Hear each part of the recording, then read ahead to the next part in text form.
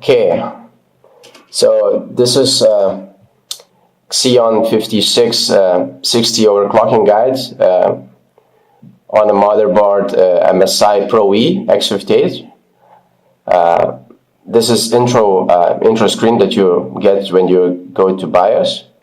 Then I'm not going to go through all the other options because they're basically optional, but for overclocking, just go to Cell menu. Okay, then what you want to do is keep this one enabled, turn off C state just for overclocking. If you find a stable overclock and you want to keep it on, you can try to keep it on. If it doesn't crash, that's good. If it crashes, just turn it off. For base clock, this is very optional thing. I want to keep this as high as possible because my multiplier is 21. So basically I get 4200. If I raise it over 200, I have to increase QPI voltage, which is already very high at 1.48, I think. So if it doesn't work, 200, maybe lower it to 195 and work from there. Okay. For turbo boost technology, you can turn it on.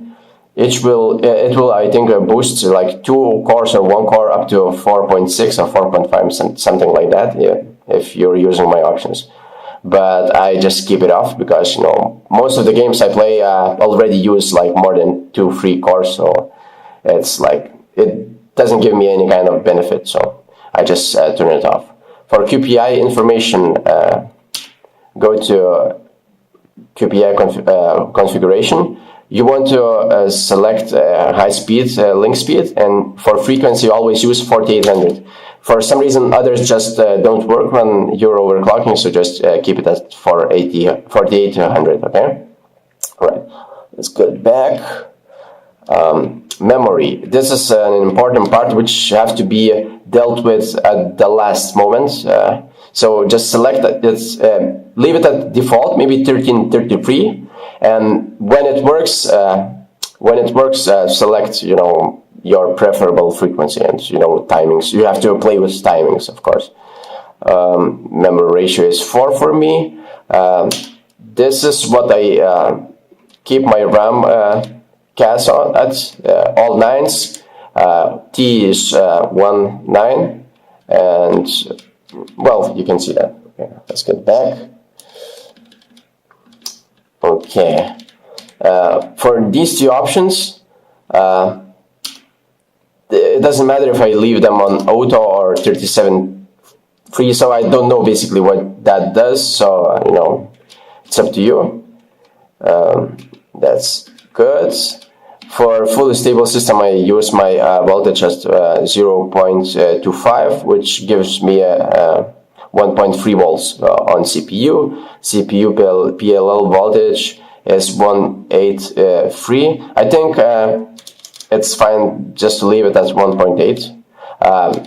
QPI voltage is very high at 1.47. Some people say that these Xeons degrade after you reach 1.35 volts, but I don't care. This processor costs only like 30 euros, so that's fine with me.